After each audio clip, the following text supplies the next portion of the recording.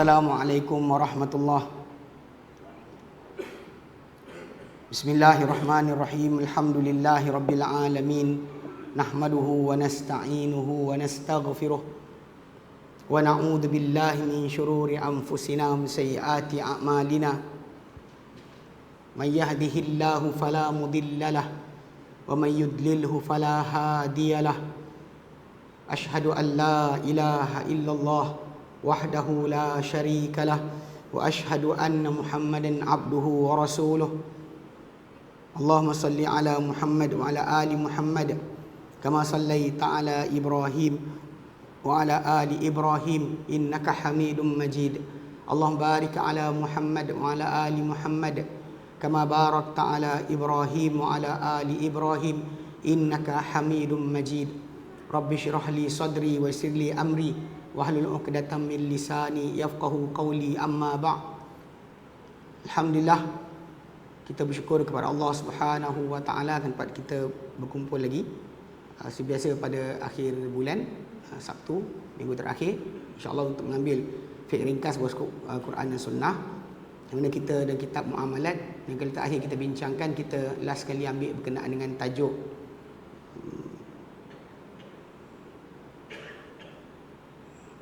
luqatah, barang kutipan yang kita jumpa, yang kita sebutkan berkenaan hukumnya. So lepas perbincangan itu, kita harap siapa-siapa kutip barang jumpaan, dia kena ikut peraturan tersebut, dia kena isytiharkan setahun. Kalau lepas tahun diisytiharkan, dia boleh pakai barang berkenaan. Tapi kalau tuan tu datang, walau lepas 50 tahun dia datang balik, kena pulang kembali. Kita terangkan itu, alhamdulillah. Siapa yang nak tengok boleh tengok balik dalam perbincangan kita.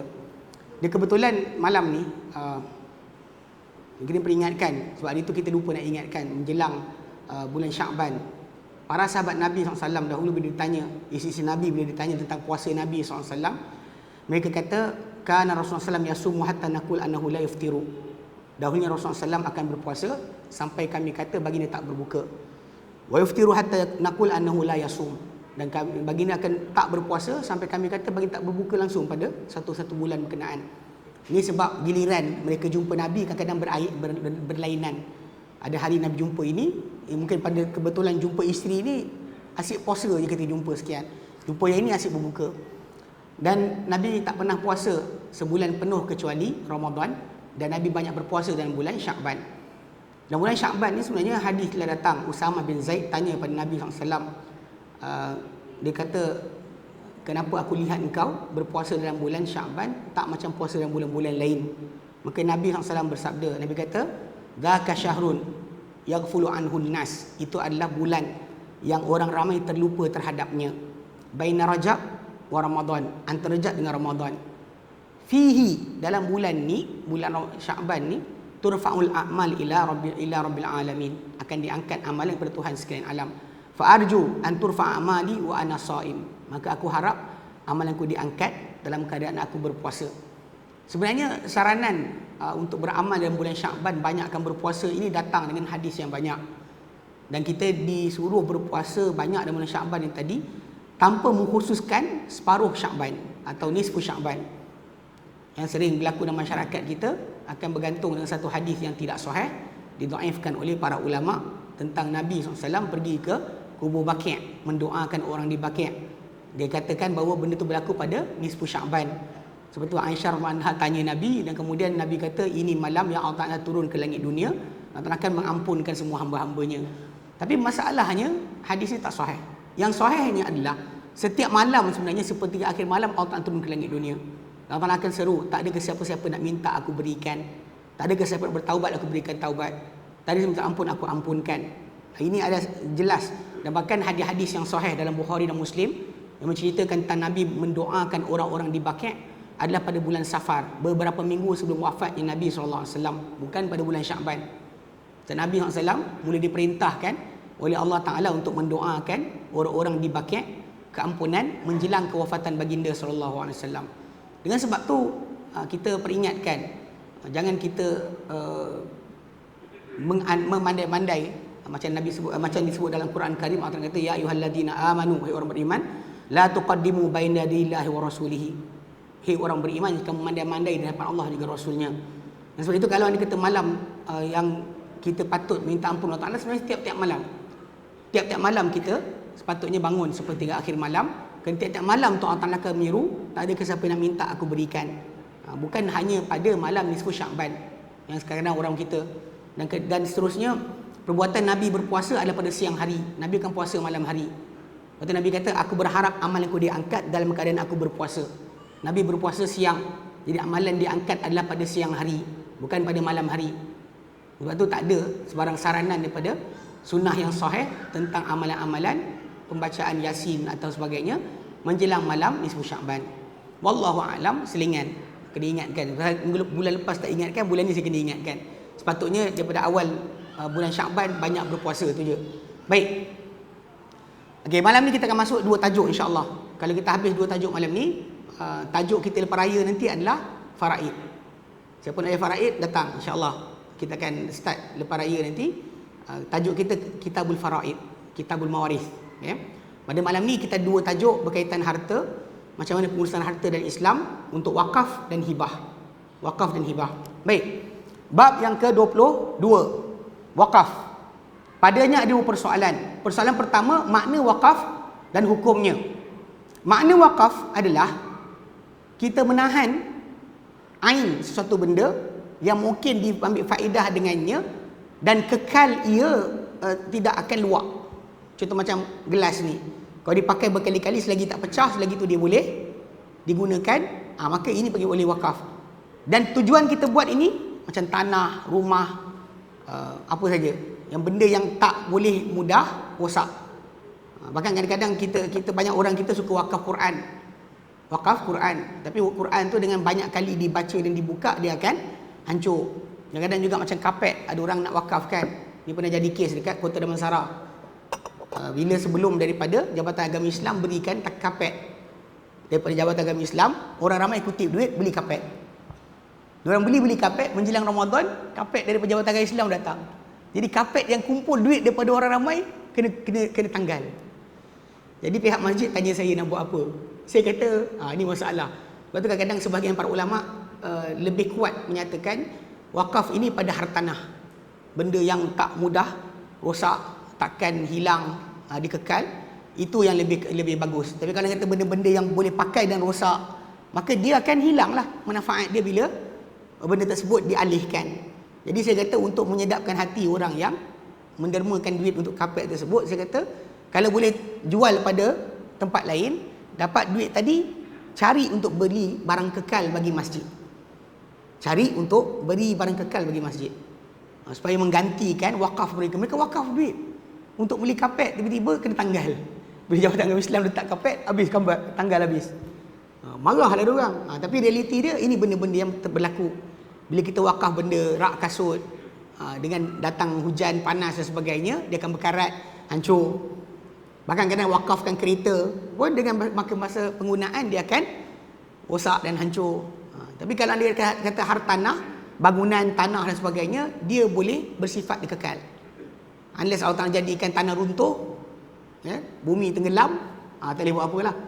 Tapi kalau tidak, dia akan kekal. Yang lain-lain benda ni memang kita wakaf lah, macam kamera. Tapi dia akan ada time limit dia lah. Jangka masa dia. Kamera, cawan, bekas-bekas ni, meja ni, boleh diwakafkan. Dia, maksud dia kita tahan pemilikan barang tersebut kekal bagi tuan punya barang tadi. Tapi penggunaan dia dilepaskan kepada orang ramai. Perbuatan ini adalah kerana mendekatkan diri kepada Allah Ta'ala. Dan lebih daripada istilah dia, habsul asli wa tasbilus samarati. Tahan usul tapi lepaskan hasil. Hasil bagi kat orang pakai, tapi usul dia tetap milik pada orang yang mewakafkan. Okey. Misal dia bahawa orang tu mewakafkan satu rumah dan kemudian dia menyewakannya dan dia agihkan hasil sewaan tadi kepada orang yang perlu, atau hasil sewaan tadi diberi pada masjid, atau percetakan buku-buku agama atau sebagainya. Macam kalau tuan pergi dekat Mekah, tuan perasan tak ada tabung masjid? Tuan perasan tak ada tabung masjid? Tak ada. Saya ingat tahun bila saya pergi, ada orang tanya saya, "Ustaz, mana tabung masjid?" Dia bawa duit nak masuk tabung dalam masjid. Tak ada. Tuan-tuan tak faham tak? Dia sini pasal masjid, contoh Masjidil Haram kan hotel yang ada keliling tu, hotel tu milik masjid. Dan masjid dia pajakkan hotel tadi kepada syarikat-syarikat untuk uruskan. Duit pajakan tadi masuk masjid. Dan kalaulah anda kata adalah lampu rosak ke tiang rosak ke, katakan dia buka, siapa nak beri derma? Tuan-tuan datang, mungkin tuan-tuan orang yang ke 100,000. Penyaga-penyaga dekat tanah Arab tu bersepah dah, bersedia keluarkan duit untuk Masjidil Haram. Dapatlah kita satu tile yang diorang guna marmar tu kan. Satu marmar tu kita punya pun dah rasa besar kot. Tapi nak bayangkan tak dapat. Sebab tu tak ada tabung masjid. Tak ada tabung masjid. Kita kat sini ada tabung masjid. Alhamdulillah. Tapi realiti dia macam tu lah, kita ada rumah, kita sewa kan, kita wakafkan, hasil sewaan kita bagi kat masjid dan orang yang perlu kan. Okey. Dan sebagainya. Okey, kedua, hukumnya dan dalilnya. Hukum wakaf ni dia adalah di antara amalan-amalan yang digalakkan. Dan asal padanya adalah apa yang datang daripada Umar bin Khattab. Dalam hadis yang diriwayatkan oleh Bukhari dan Muslim. Dalam hadis tersebut, Umar bin Khattab radhiyallahu anhu, bahawa beliau mendapat satu bumi, satu tanah di Khaybar. Dan bila perang Khaybar berlaku, Nabi sendiri pun ada satu tanah dekat Khaybar. Umar pun dapat satu tanah di Khaybar. So dia dapat tanah-tanah tadi, tanah yang sangat bernilai, dengan kamar ditanam dan sebagainya. Okey. Jadi Umar kata, faqala ya Rasulullah. Berkata Umar, wahai Rasulullah, asabtu ardan bi Khaybar. Aku dapat tanah dekat Khaybar. Aku dapat tanah dekat Khaybar. Lam usib malan qattu anfasu indi minhu. Aku tak pernah dapat satu harta lebih bernilai berbanding yang aku dapat ni. Tak ada benda aku dapat mahal macam tanah ni. Maka dia kata, fama tak muruni. Jadi apa kau nak suruh aku, wahai Rasulullah? Tanah ni tanah mahal ni. Aku nak buat apa? Dia kata. Maka Nabi pun kata, in syi'ta habasta aslaha. Kalau kau nak, kau tahan usul tanah tersebut. Wa tasaddaqta biha, namun kau sedekahkan dengan tanah tadi. Mana hasil dia kau sedekahkan. Ghairu annahu la yuba'u asluha wa la yuhabu wa la yurathu. Melainkan bahawa tak boleh dijual. Harta wakaf tak boleh jual. Usul dia. Tidak boleh dihibah. Tidak boleh diwariskan. Waris pun tak boleh kutip. Ini kalau tuan-tuan pergi dekat belah Kuala Lumpur, tuan-tuan pergi dekat area Jalan Perak, dekat Bank Islam punya bangunan dekat tengah Kuala Lumpur tu, dia ada segitiga tau. Mana bangunan Bank Islam tu, patut ada beberapa building lagi. Tanah tu milik seorang lelaki, nama dia Ahmad Dadaboy. Dia wakafkan tanah tu. Sebelum dia mati, dia datang Malaysia menyaga dan sebagainya, dapat beli tanah berkenaan. Dan tanah tu sampai sekarang dibayar pajakan dia kepada Baitul Mal. Tu Baitul Mal wilayah, tuan-tuan dengar zakat banyak tu, antara besar sekali adalah sumbangan daripada Ahmad Dadaboy, lelaki tu yang dah mati lama dah. Dia tinggal flat berkeliling je. Tapi dia mati tu, pernah waris dia datang nak ambil balik harta dia, tapi tak dapat. Sebab dia telah buat semua sekali, lepaskan sebagai wakaf. Mana hasil sewaan tanah dia tadi balik kepada Baitul Mal. Itu contoh. Orang tu dah mati tapi berjalan lagi. Kalau tuan-tuan pergi dekat Mekah, Madinah pun tuan-tuan boleh jumpa wakaf Uthman bin Affan radhiyallahu anhu. Uthman bin Affan mati berapa lama dah, tapi wakaf harta dia tu masih berjalan sampai sekarang. So usul tu macam Nabi kata pada Umar, engkau tak boleh jual, tak boleh wariskan, tak boleh hibah. Tapi hasil dia engkau boleh agihkan kepada mana tempat kau nak. Okey. Itu yang Nabi bagi tahu pada Umar. Wa an Abi Hurairah radhiyallahu anhu, daripada Abu Hurairah anhu, Nabi kata apa? Qala idza mata ibnu adama in qata amaluhu illa min thalathin. Bila mati anak Adam, terputuslah amalannya kecuali daripada 3 jalan. Maksudnya tak ada amal baru. Bila kita mati, tak ada amal baru yang kita boleh simpan. Terputuslah amalan kita kecuali daripada 3 jalan sahaja. Sadaqatin jariyatin. Sedekah jariah telah dimaksudkan dengan wakaf. Nah, apa yang kita sedekahkan, penggunaan dia walau kita dah mati dipakai, selagi itulah kita akan dapat saham. Dan benda sini kalau kita nak faham balik, dia bukan semestinya kepada tajuk agama. Kalau tuan wakafkan tanah tadi kepada orang untuk melintas jambatan ke dan sebagainya, semua sekali dikira sebagai sedekah jariah selagi dipakai oleh manusia. Au ilmin yuntafa'u bihi, atau ilmu yang memanfaatkan dengannya. Tak kira ilmu apa saja, agama ke, ilmu masakan ke.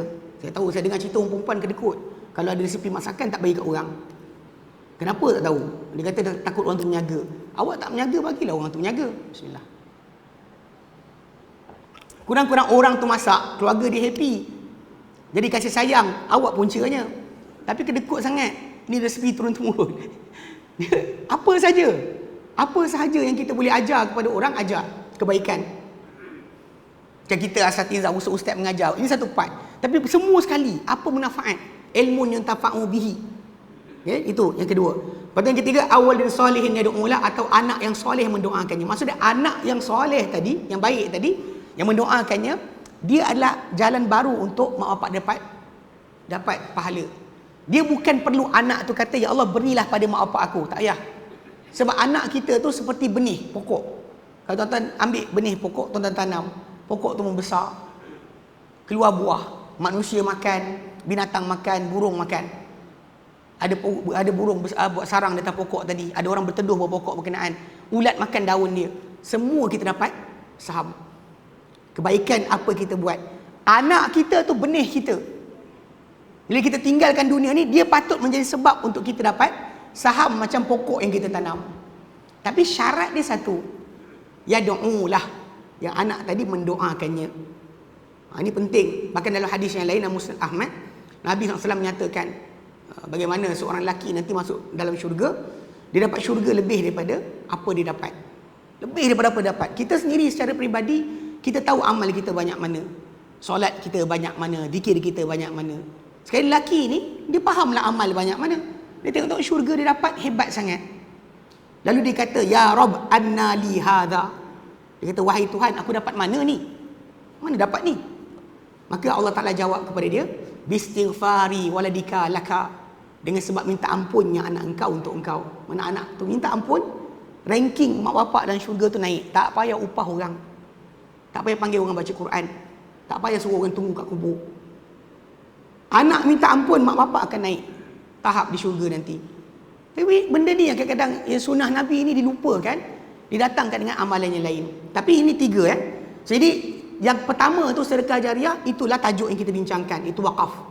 Apa saja, mana satu benda, satu kipas ke, satu skru ke yang kita sedekahkan, digunakan kat masjid ni, satu beg simen ke, selagi mana dipakai masjid ni, selagi itulah. Ini kena faham. Sebab tu kita kata kadang-kadang benda macam ni, ada orang buat style baru wakaf. Dia kata macam nak buat bangunan, dia kata ada berapa beg simen kami nak beli, siapa nak belikan.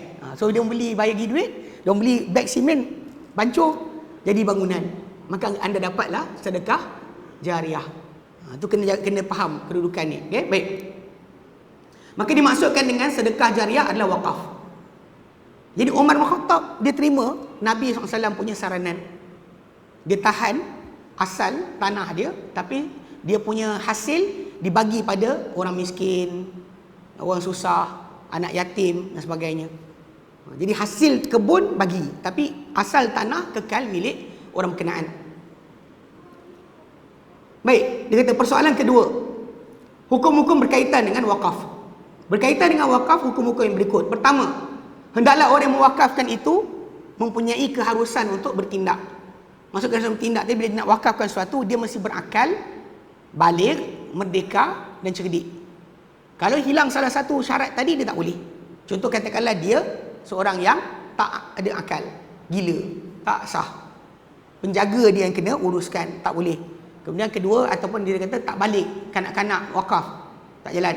Sebab dia dua ni berada bawah jagaan orang lain. Dan merdeka, tak boleh juga berhamba. Sebab hamba dia tak miliki harta dia. Harta dia milik tuan dia. Yang ketiga, cerdik. Kalau nampak orang tu bodoh, maka tak boleh juga. Sebab kita bimbang dia tertipu atau tak faham tentang perbuatan dia, makin dia mungkin menyesal. Jadi dengan sebab tu, ini syarat bagi orang-orang yang nak mewakafkan harta. Kedua, hendaklah keadaan wakaf tu daripada apa yang boleh memanfaatkan dengannya, manfaat yang berterusan, berserta dengan kekal barang berkenaan, dan bahawa dia kena tentukan mana, dia kena cakap mana satu, tanah kat mana, barang mana yang diwakafkan, bangunan mana yang diwakafkan. Jangan dia kata saya wakafkan tanah saya, mana satu tak tahu. Tapi dia sebut tadi lah, bukan kita menolak benda-benda yang boleh rosak ni, tapi dia akan sampai mana benda tu digunakan. Habis digunakan rosak, maka kita hilanglah tajuk tadi, terhentilah dari kita habuan. Mungkin Allah Ta'ala boleh beri kepada kita pahala berdasar niat kita, tapi untuk kita yang kebijaksanaan memilih untuk wakaf tadi, lebih cari kepada barang yang kekal, jangan cari barang yang boleh rosak. Okey. Ketiga, hendaklah wakaf tu kepada kebaikan dan juga perkara makruf seperti masjid, orang miskin, kitab-kitab ilmu dan sebagainya, kerana ia tujuan dia untuk benda-benda kebaikan. Macam saya katalah, jambatan, tempat laluan orang, kita luaskan lagi. Tapi mesti benda tu kebajikan dan perkara baik. Okey. Maka diharamkan wakaf kepada tempat-tempat ibadat orang kafir, ataupun untuk pembelian benda haram, atau untuk tanggung sekolah-sekolah Katolik dan sebagainya. Tak boleh. Tak boleh dijadikan wakaf tadi kepada bahagian tersebut. Yang boleh dia hanya pada benda-benda ibadat saja, sebab kita dekat diri kepada Allah Ta'ala dengan perkara berkenaan. Keempat, ni yang kita sebut tadi. Apabila terhenti manfaat sesuatu wakaf dan tak boleh kita nak manfaatkan ia lagi, maka ia patut dijual, lalu dialihkan harganya kepada seumpama barang tersebut. Jadilah kapet dah jual kan, dan kapet dah cabut, orang dah marah, tapi nak buat apa? Jual, dapat duit, cari barang lain yang kekal pada masjid untuk digunakan. Itu cara kita patutnya. Jika tapi kalau dia kata benda tu masjid, kata tapak masjid, masjid tu tak digunakan. Jika ia adalah masjid, maka dialihkan harganya kepada masjid yang lain. Ini pernah jadi kes dekat Gombak. Kalau tuan perasan Simpang 3 Gombak, kan Greenwood, kan jalan pergi UIA tu, daripada Greenwood tu, kan ada Simpang 3 tepi tu ada masjid. Perasan? Masjid tu, saya ingat beberapa tahun lepas, dekat 10 tahun lepas, masjid tu kecil, tak boleh nak besarkan lagi dah, itu je ruang dia. Jadi diorang pun ada orang tawarkan, dia kata ambil tanah saya, tukar dengan masjid. Mana tanah dia besar, sebelah dalam sikit, so dia nak tanah yang ujung tu. Tapi masalahnya dia tak nak tukar direct, bahkan dia nak tambah duit. Maka pihak masjid tak nak bagi, maka tak jadi. Cuma kes tadi, masjid tadi masih berfungsi. Cuma kalau tak berfungsi lagi, maka kita boleh jual tadi, barang tadi, duit tadi beli untuk masjid yang baru. Tanah tadi digunakan untuk beli tempat yang baru, bagi bina masjid yang baru. Pakai sebagai gantian. Kalau rumah, maka rumah tu akan dijual dan dibeli dengan harganya rumah yang lain untuk diwakafkan juga, atas nama orang yang letak. Sebab harta wakaf tak boleh cair. Tak boleh cair lebur jadi wakaf tunai. Sering tuan-tuan dengar ada orang kata wakaf tunai kan. Ini kaedah baru, kumpul dana dia panggil. Walaupun sebenarnya wakaf tunai ni benda yang duit kita tinggal tadi dipanggil tabarruk. Tapi kalau kita kata beli benda kekal, benda kekal tadi yang sepatutnya jadi wakaf. Kalau wakaf tunai ni dia agak masalah sikit. Cuba tadilah macam katakanlah dia alihkan nilai wakaf tadi kepada benda beli simen, beli tiang, beli besi untuk bina sekolah, untuk bina rumah, untuk bina masjid, dan jadi tempat perlindungan anak yatim, orang susah dan sebagainya, maka kita boleh masuk campur kat situ, gunakan tunai kita tadi untuk beli. Tapi ada pun untuk tunai tadi terkumpul macam tu saja tak. Sebab wakaf ni macam kita sebutkan, dia mesti barang kekal, bukan barang, bukan mata wang. Dia tak kirakan sebagai mata wang, sebagai wakaf. Okey. Kerana itu lebih dekat pada tujuan orang yang mewakafkan. Dan ingat, bila kita beli tanah baru, nama dia nama orang yang mewakafkan, bukan nama orang baru, bukan nama Jabatan Agama Islam, bukan nama orang sekian, masih nama si pewakaf, Okey. Kelima, wakaf adalah akad yang lazim, akad yang putus, dia tidak boleh tergantung. Okey, dan sabit dengan semata-mata pertuturan, dan tak harus untuk dirungkaikan, dan tidak boleh dijual. Okay, tak boleh penjualan barang wakaf.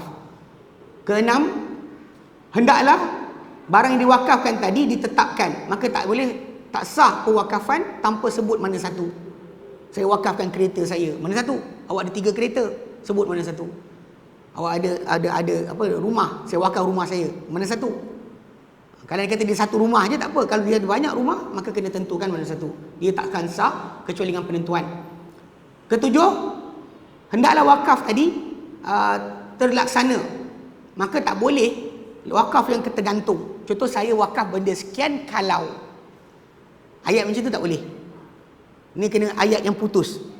Macam bila orang kata, contoh kes ayat putus ni macam ni. Bila seorang lelaki kata pada bini dia, saya nak ceraikan awak. Belum lagi. Nak. Saya rasa. Saya akan. Itu tergantung. Saya nak muwakaf, saya rasa nak muwakafkan, atau saya nak muwakaf. Belum lagi. Dia kena sebut saya wakaf. Ayat dia kena tuntas, bukannya tergantung. Okey? Dan tak boleh pula dia berwaktu. Saya wakafkan 3 bulan. Dia wakaf tu kekal. Bukannya 3 bulan, setahun dan sebagainya. Okey? Kecuali pada kematian. Dia kata saya wakaf bila saya mati. Tak apa. Gantung dengan kematian dia. Benda ni wakaf bila saya mati. Boleh. Tapi dia akan balik pula pada masalah nanti bila kita bincang bab faraid. Adakah barang yang diwakafkan tadi melebihi nilai 1/3 harta ataupun tidak? Tapi kalau dia kata benda tu kurang dari 1/3, jalan. Kalau dia kata lebih 1/3 daripada nilai harta yang dia ada, maka akan dihentikan pada kadar 1/3 sahaja. Okey. Yang ke-8, wajib untuk beramal dengan syarat si pewakaf apabila ia tidak menyanggahi syarak. Contoh macam syarat pewakaf tadi, dia kata nak wakaf pada pelajar hafal Quran. So syarat yang diletakkan tadi kena dihormati. Tak boleh kita kata, alah, budak hafal Quran dah baik tempat dah, kita bagi orang lain lah pula. Kita tak boleh ubah syarat yang diletak. Apa yang diletakkan oleh si pewakaf mestilah dihormati dan dilaksanakan seperti yang dia letakkan. Dan yang ke-9 terakhir, apabila seorang tu mewakafkan pada anak-anaknya, maka dia akan jadi sama saja lelaki dan perempuan. Ni kerana ada zaman dahulu setengah orang dia wakafkan rumah dia untuk anak cucu dia. Rumah ni wakaf untuk anak cucu. Maka untuk rumah tadi dimiliki oleh siapa, seorang pun tak boleh miliki. Boleh pakai guna je. Dengar lepas ni orang pun start tak nak jual rumah, wakafkan rumah untuk anak-anak. Tapi realiti kalau anak-anak semua mati, tak ada keturunan sambung, masalah. Dan memang keluarga kita akan boleh jual rumah berkenaan. Ini ada zaman dulu orang tu wakafkan harta dia pada anak cucu dia sendiri untuk penggunaan. Macam mana kalau kita wakafkan untuk orang lain, boleh juga wakafkan pada keluarga sendiri. Terutama kalau dia kata keluarga dia tidak berkemampuan. Okey, baik. Bab yang ke-23. Hibah, pemberian. Hibah dan pemberian. Hibah ni kalau lebih sedang ayat dia hadiah. Apa kita beri pada orang tanpa balasan, dia bagi hibah. Ataupun pemberian. Dia tak ada bayar. Kalau kita bagi, dia kena bayar, itu jual. Kalau kita bagi, dia pakai, nanti dia pulang balik, itu sewa. Itu adalah benda. Kalau dia tukar ganti, ada tu akan dia jual ke, sewa ke, dia akan jadi macam tu. Ataupun dia pinjam. Tapi ni tak, ni kita bagi dia macam tu je. Dalam istilah Inggeris dia grant. Dia adalah grant. Maksudnya benda tu adalah kurniaan semata-mata, bukannya ada perlu bayar apa-apa. Kalau kena bayar, dia bukan nama sebagai hibah. Okey, persoalan pertama, maknanya dan juga dalilnya. Maknanya hibah ni, ia adalah perbuatan menyumbang daripada orang yang harus untuk bertindak ketika masih hidup. Ketika dia masih hidup, kepada orang lain. Dia jangan cakap bila aku mati. Kalau orang tu kata bila saya mati, barang ni dapat kat dia, itu wasiat. Tapi kalau dia bagi ketika hidup ni, dia bagi siap-siap. Ini dia bagi hibah. Dengan harta tertentu atau selainnya, dengan tanpa bayaran. Tanpa bayaran, tanpa galang ganti. Maka itu dipanggil hibah. Macam kita bagi orang lah, bagi kuih, bagi sekian, bagi barang, benda-benda yang kita bagi. Itu benda-benda bagi sebagai hibah. Kedua, hukumnya dan dalilnya. Hibah ini digalakkan apabila tujuan dia adalah wajah Allah. Kalau kita nakkan wajah Allah, pasal kita tahu dalam hadis Nabi SAW, Nabi sebutkan hibah itu adalah punca untuk berkasih sayang. Nabi kata tahadu, tahabu. Saling beri hadiahlah kamu akan berkasih sayang.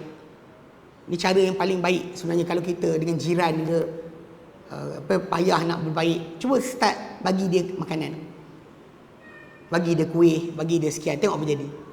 Setakat saya ingat kan, memang perkara ni saya pernah cerita kot. Jiran saya dulu ada seorang, dia bukan Islam, dia suka bawa anjing dia keluar dekat depan taman, depan rumah kami. Jadi saya pernah tegur dia sekali. Saya tegur dia, saya berhenti motor. Saya kata, nama dia, ya, saya sebut nama dia lah.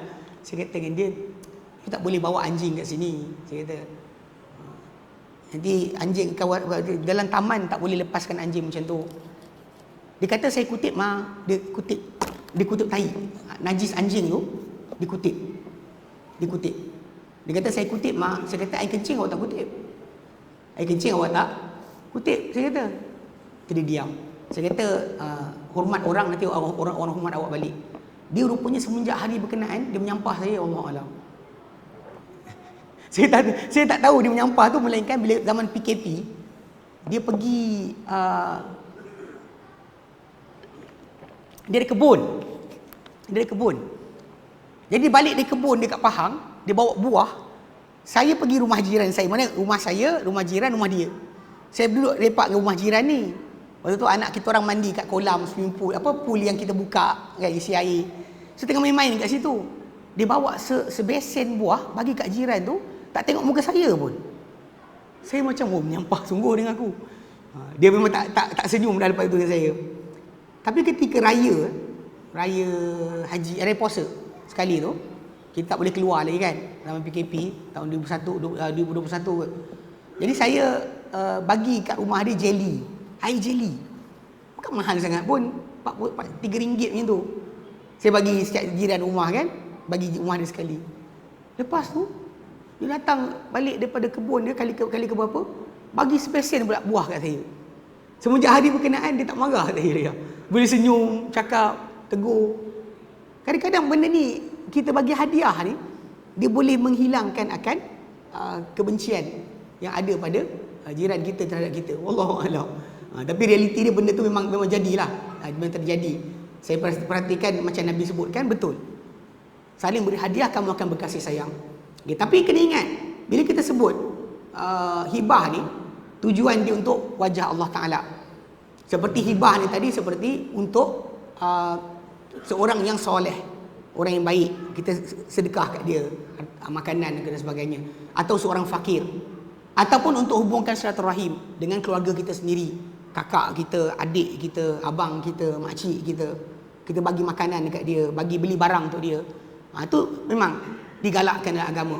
Daripada Abu Hurairah anhu, bahawa Rasulullah SAW bersabda, tahadu tahabu, saling beri hadiahlah kamu akan berkasih sayang. Siapa-siapa gaduh dengan orang, try buat. Beli mainan ke makanan ke, bagi, tengok apa jadi. Ini antara formula yang Nabi SAW suruh kita buat. Daripada Aisyah radhiyallahu anha, beliau berkata, dia kata kana Rasulullah SAW yaqbalu al-hadiyata. Dahulunya Rasulullah SAW menerima hadiah. So bila orang bagi kita hadiah apa-apa, jangan tolak. Ambil je, okey. Wa yuthibu 'alaiha, dan Nabi akan balas balik di atas hadiah yang diberikan. Nabi akan balas balik. Itu sifat yang kita ada, ya. Dan dia kata dimakruhkan hibah ini jika tujuan dia untuk riak. Untuk tunjuk kita kaya, tunjuk kat orang, saya buat ini. Ataupun sum'ah, nak biar orang dengar orang puji kita. Ataupun mubahah, atau untuk menunjuk-nunjuk. Okey, untuk berbangga-bangga, tak boleh. Bahkan dia haram kalau beri hadiah untuk rasuah. Beri hadiah kerana apa? Rasuah. Lagi haram lah. Hadiah kita beri kepada orang-orang tertentu yang di jawatan dan sebagainya untuk tolong kita, itu dipanggil sebagai rasuah. Nabi kata ar-rashul murtashi finnar, pemberi rasuah dan orang terima rasuah dalam neraka. Ini sudut asal kena faham. Kalau tidak, hadiah ni benda bagus. Tapi istilah kita ada masalah sikit. Saya ingat Syekh Husini hafizahullah, dia cerita benda ni kalau dia kata orang bukan Islam dengar, kadang dia orang macam rasa kita cakap tak elok, tapi benda tu betul. Okey, dia kata apa? Dia kata pada orang bukan Islam, sebagai contoh orang Cina, bagi hadiah atau bagi hadiah kepada orang kita nak minta tolong tu adalah adab. Kalau kita sebut macam rasuah lah, kita bagi Sebelum kita nak minta apa-apa, kita bagi dulu something. Dia kata adab. Sebab diorang buat pada Tuhan diorang. Dia hantar makanan, sebelum nak doa, dia akan bagi hadiah dulu, kemudian dia ada macam kayu apa, dia tengok. Kalau jatuh ganjil, maksud dia Tuhan dah makan, boleh minta. Minta hanya lepas daripada dewa dah makan. Dewa tak makan, tunggu sekejap, goncang lagi. Dia jadi masa dia perbuatan bagi hadiah tadi, kalau kepada siapa-siapa yang berjawatan tu, bagi dia adalah adab. Itu problem sebenar yang dalam masyarakat kita ni, masyarakat bukan Islam ni, kadang-kadang dia anggap benda tu adab. Dia tak kata rasuah. Kecuali dia tak suka lah orang tu buat, dia tak dapat ni benda, dia kan cerita lah kata rasuah, bribery. Kalau tak, biasa dia buat belanja makan ke, bagi hadiah-hadiah jam ke dan sebagainya. Ini benda-benda yang pelik sikit. Tapi dalam masyarakat Islam kita ni, penjawat awam tak boleh terima hadiah. Terima hadiah, masalah. Dia akan dikira sebagai rasuah. Tapi walaupun asalnya hadiah ni bagus. Faham ya? Tapi kerana dia bukan jawatan, maka tak boleh bagi hadiah. Hakim terutamanya tak boleh terima hadiah. Hakim. Maka saya perasan hakim ni tak boleh ada kawan pun. Kalau ada kawan, saya ingat dulu waktu saya pergi haji dengan seorang magistrate ni. Waktu dekat sana, tangkap gambar, lepak-lepak sebagainya kan. Saya balik Malaysia, saya nak pergi rumah dia, dia macam tak bagi. Saya tak faham, lama saya tak faham kenapa dia tak bagi. Lama-lama tu saya fikir balik, saya faham. Oh, tak boleh. Dia ada cerita sekali lah, pernah jadi kes. Kalau dia gambar dia dan saya ditangkap, nanti kalau kes saya naik, dia tak jadi hakim. Walaupun tak ada hubungan apa-apa. So, dia kata pernah sekali dia duduk dekat satu kedai, kat Starbucks, dia tengah guna wifi. Ada orang datang duduk sebelah dia. Boleh duduk sini? Dia kata boleh. Tiba-tiba ada gambar, tangkap. Dia dengan orang tersebut. Orang ni pula toke bagi cermin tempered glass. So kalau ada kes orang ni, kalau dia hakim yang baik, orang ni punya kes, dia tak boleh masuk. Dia guna gambar tu je. Hakim tak boleh. Dia duduk sebelah. Macam tu sekali bahaya dia. Okay? Baik. Persoalan yang kedua, syarat-syarat hibah. Berkaitan dengan hibah, hukum-hukum berikut. Pertama, hendaklah orang yang bertindak tadi, yang beri tadi, dia datang, hibah tadi datang daripada orang yang boleh bertindak pada hartanya. Macam kita sebut tadi lah, balik, berakal, merdeka dan cerdik. Kalau dia kata datang dia budak-budak, masalah. Kalau dia kata mak bapak dia tak benarkan, maka tak boleh. Sebab tu tindakan anak yang bawah umur dan sebagainya tak jalan lagi. So dengan situ dia kena ada syarat tadi. Hendaklah orang yang memberi hibah tadi, dia sukarela dan tak sah pemberian hadiah tu, hibah tadi, daripada orang yang dipaksa. Dipaksa untuk bagi, tak boleh. Dia mesti sukarela nak bagi. Ketiga, hendaklah orang yang barang yang dihibahkan itu adalah daripada benda yang sah untuk dijual. Mana barang tu mesti sah, boleh dijual, maka boleh dihibah. Apa yang tak sah penjualannya, maka tidak sah penghibahannya. Contoh, arak dan juga babi. Bila beli tak boleh, jual tak boleh, hibah pun tak boleh. Hibah pun tak boleh. Tak boleh hibah arak, tak boleh hibah babi, walaupun kepada orang bukan Islam. Sejual beli dia adalah haram. Kan? Okey, baik. Keempat, hendaklah menerima orang yang dihibahkan itu kepadanya benda yang dihibahkan. Okay, selagi barang tu tak ambil, contoh dia niat, orang tu niat nak hibah pada saya, selagi saya tak ambil barang ni, hibah tu tak berjalan lagi. Dia baru nak, dia kata, ustaz, macam ada sekali tu ada kes, satu family ni ada keluarga dia meninggal. Keluarga dia meninggal ni, dia punya adik, anak saudara ke, suka simpan keris, senjata-senjata lama, satu peti. Family tu adalah family yang percaya tahyul dan khurafat.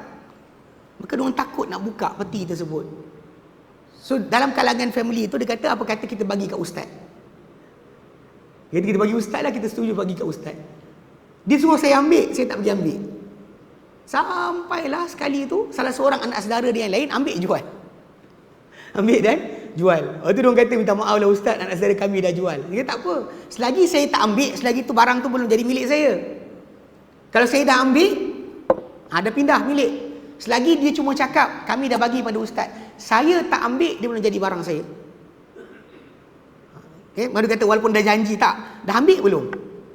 Perpindahan hak tadi berlaku bila barang tu diambil.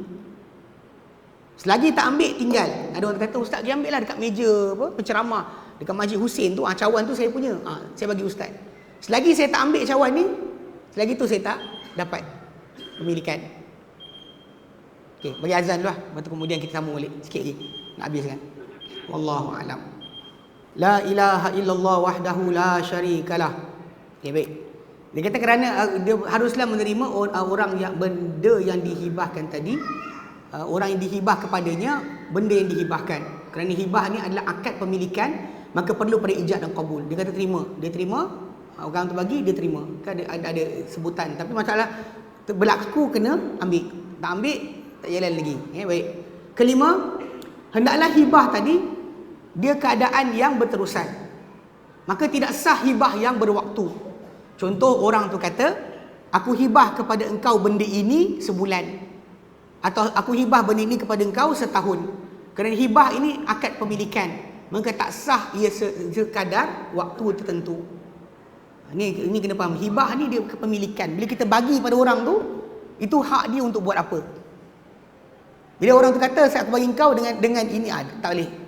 Ini kena faham. Hibah ni adalah pemberian semata-mata, tanpa sebarang bayaran, tanpa sebarang galang ganti.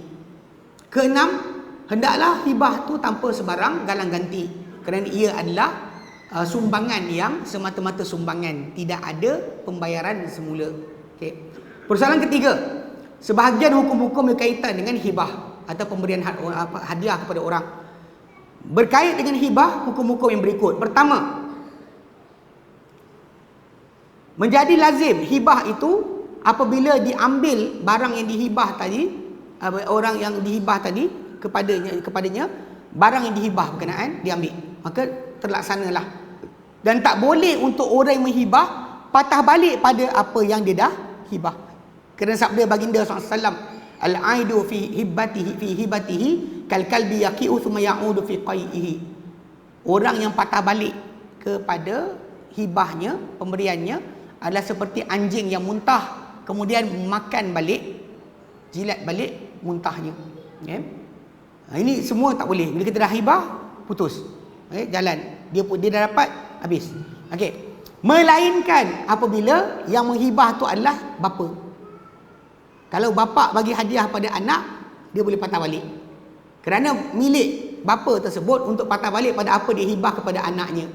Kerana hadis Ibn Abbas radhiyallahu anhuma, bahawa Nabi SAW bersabda, la yahilu lirajuli an yu'tiyal atiyata, tidak harus untuk seorang lelaki berikan pemberian, fayarji'u fiha, lalu patah balik padanya, illal walidu fima yu'ti waladah, kecuali pada bapa yang berikan kepada anaknya sesuatu, maka dia boleh patah balik. Bapa boleh, orang lain tak boleh, adik-beradik tak boleh. Bapa dengan mak boleh lah, dia bagi, boleh patah balik. Okey. Kedua, wajib ke atas seseorang bapa, kalau dia hibah-hibah pada anak dia, bagi hadiah pada anak dia sebagainya, wajib ke atas seorang bapa untuk menyamakan di antara anak-anaknya dalam pemberian hibah. Kalau dia mengkhususkan sebahagian mereka dengan hibah, ataupun dia lebihkan sebahagian mereka pada pemberian dengan tanpa redha mereka, maka tidak sah perkara itu. Dan jika mereka redha, pemberian hibah itu adalah sah. Kalau bapa tu ada 5 orang anak, dia bagi seorang lebih banding yang lain. Kalau yang lain redha tak apa, kalau lain tak redha, maka tak sah. Bahkan bapa tu berdosa. Bapa tu berdosa, di sisi Allah Taala berdosa. Kerana itu adalah kerana hadis Nu'man bin Bashir. An-Nu'man bin Bashir radhiyallahu anhu, dia kata bahawa bapa dia bersedekah kepadanya dengan sebahagian harta.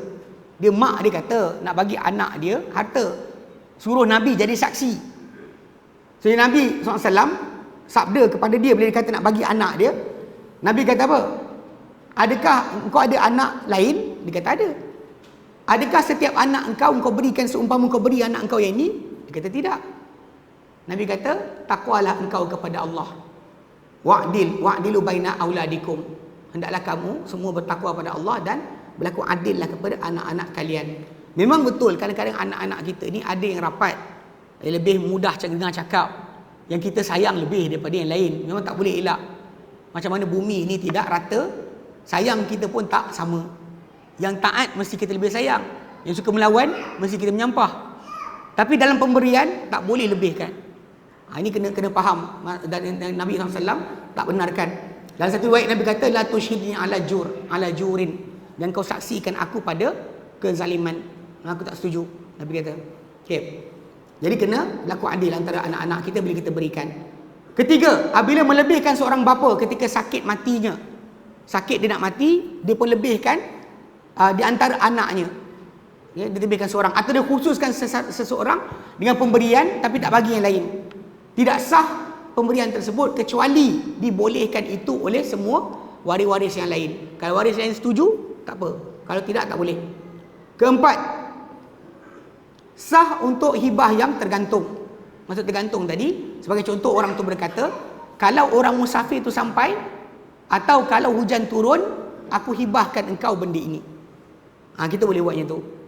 Kalau besok bapak kita sampai, kalau ini, kalau ayam berkokok, kalau bulan mengambang, kalau suhu perlis sekarang berapa? 39. Kalau suhu besok rendah balik ke, okey, apa saja kita gantungkan jalan, boleh kita gunakan hibah, sebab untuk hibah. Baik. Kelima, sah untuk hibah hutang bagi siapa yang dalam tanggungannya. Kalau orang tu hutang dengan saya hadiahkan dia, tak payah bayar, aku hibah pada engkau. Boleh juga. Okay, dan dikira itu sebagai pelepasan orang berkenaan daripada hutang tersebut. Maka ini digalakkan dalam agama. Digalakkan agama untuk kita, kalau ada kita orang hutang tak mampu bayar, kita hadiahkan saja. Okey, baik.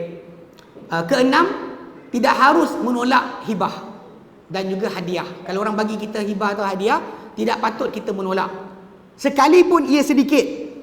Hatta Nabi SAW dahulu kata, kalau dihadiah kepadaku 2 lengan depan kambing atau 2 lengan kaki belakang kambing, kaki keting tu, keting depan, keting belakang, aku pasti terima. Kalau dihadiah kepada aku.